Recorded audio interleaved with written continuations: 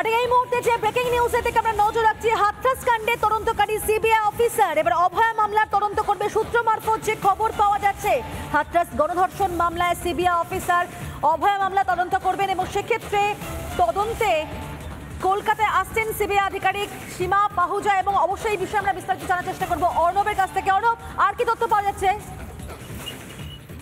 একবারে দেখো, যেটা জানা যাচ্ছে যে হাথরস কাণ্ডে যিনি তদন্ত করেছিলেন অ্যাডিশনাল এসপি র্যাঙ্ক সেই সীমা পাহুজা, তিনি কিন্তু এবার এই টিমকে লিড করছেন। অর্থাৎ অভয়া কাণ্ডের যে গণধর্ষণ এবং যে খুনের নৃশংস ঘটনা ঘটেছে সেইখানে কিন্তু তিনি এই টিমটাকে লিড করছেন এবং হাথরস কাণ্ডটাকে কিন্তু তিনি ক্র্যাক করেছিলেন। এবার কিন্তু অভয়া কাণ্ডের দায়িত্ব এই সিবিআই এর অ্যাডিশনাল এসপি পদমর্যাদার আধিকারিকের উপর। বলাই যেতে পারে যে সিবিআই কিন্তু এই মুহূর্তে একবারে টপ গিয়ারে তাদের তদন্ত চালাচ্ছে এবং যত তাড়াতাড়ি এই ঘটনার পিছনে আর অন্য কেউ আছে কিনা, সেটাকে ক্র্যাক করা সম্ভব কিনা, সেটাই কিন্তু তারা দেখছে। তার পাশাপাশি সার্কামস্টেন্সিয়াল যে এভিডেন্স গুলো রয়েছে সেই এভিডেন্স গুলোর উপরেও কিন্তু তারা জোর দিয়েছে। আজকে ফেস সিটি স্ক্যানিং হচ্ছে এবং সেখান থেকে তারা ইমপ্রেশন কি পায় সেটাও যেমন দেখছেন, তেমনই পাশাপাশি কলকাতা পুলিশের কাছ থেকে যে এক্সিবিট গুলো পাওয়া গেছিল সেগুলোকেও কিন্তু গত 3 দিন ধরে তারা এক্সামিন করেছেন। সেখান থেকেও একাধিক সূত্র উঠে এসেছে এবং নির্যাতিতার যে ডায়েরি, সেই ডায়েরির যে ছেঁড়া পাতাগুলো, সেই পাতাগুলোতে কি ছিল বা তার আগে বা পরের লেখা থেকে কিন্তু সেগুলো সম্বন্ধে একটা ধারণা পেতে যায় যে সিবিআই তদন্তকারী আধিকারিকরা। তবে যেটা সব থেকে বড় খবর, যে হাথরস কাণ্ডে যিনি ক্র্যাক করেছিলেন এই পুরো কেসটাকে, সেই অফিসারকেই কিন্তু এবার কলকাতায় অভয়া ধর্ষণ এবং খুনের ঘটনা কিন্তু তদন্ত দিল সেন্ট্রাল ব্যুরো অফ ইনভেস্টিগেশন। তিনি কিন্তু এই গোটা টিমটাকে লিড করবেন।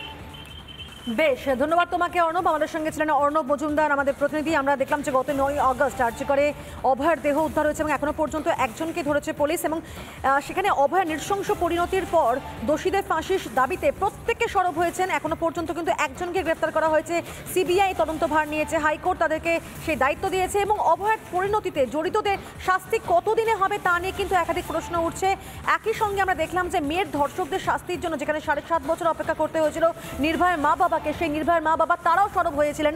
আর ঠিক সেই জায়গা থেকে এবার অভয়ের মা বাবাকে কতদিন অপেক্ষা করতে হবে, যে উত্তর জানে শুধুই হয়তো ভবিষ্যৎ, আমরা সেদিকে নজর রাখবো। তবে এই মুহূর্তে যে আমরা খবর আপনাদের সামনে ব্রেক করলাম, হাথরস কাণ্ডে তদন্তকারী সিবিআই অফিসার এবার অভয় মামলা তদন্ত করবে। আমরা এই বিষয় নিয়েও জানবো সৈকতের কাছ থেকে। সৈকত,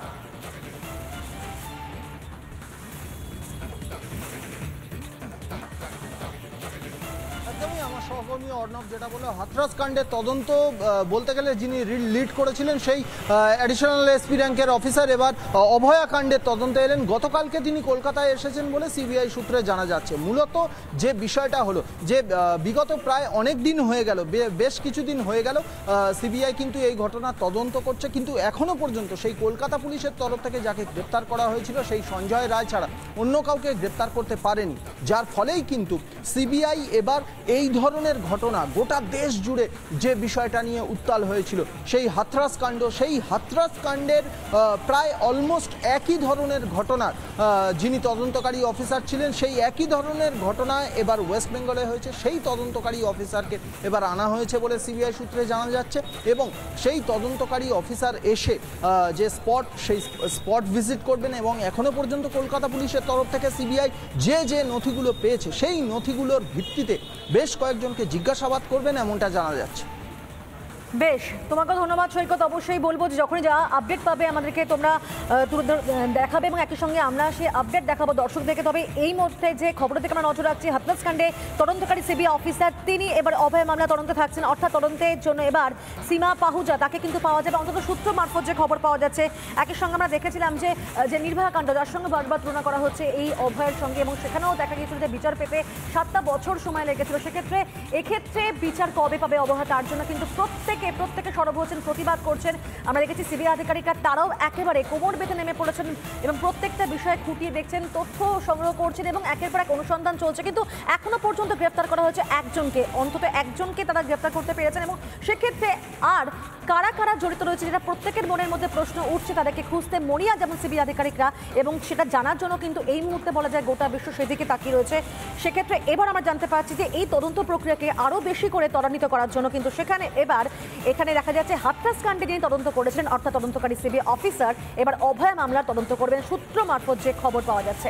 হাথরাস গণধর্ষণ মামলা এবং সেখানে সিবিআই অফিসার অভয় মামলা তদন্ত করবেন। তদন্তে কলকাতা আসছেন সিবিআই আধিকারিক সীমা পাহুজা।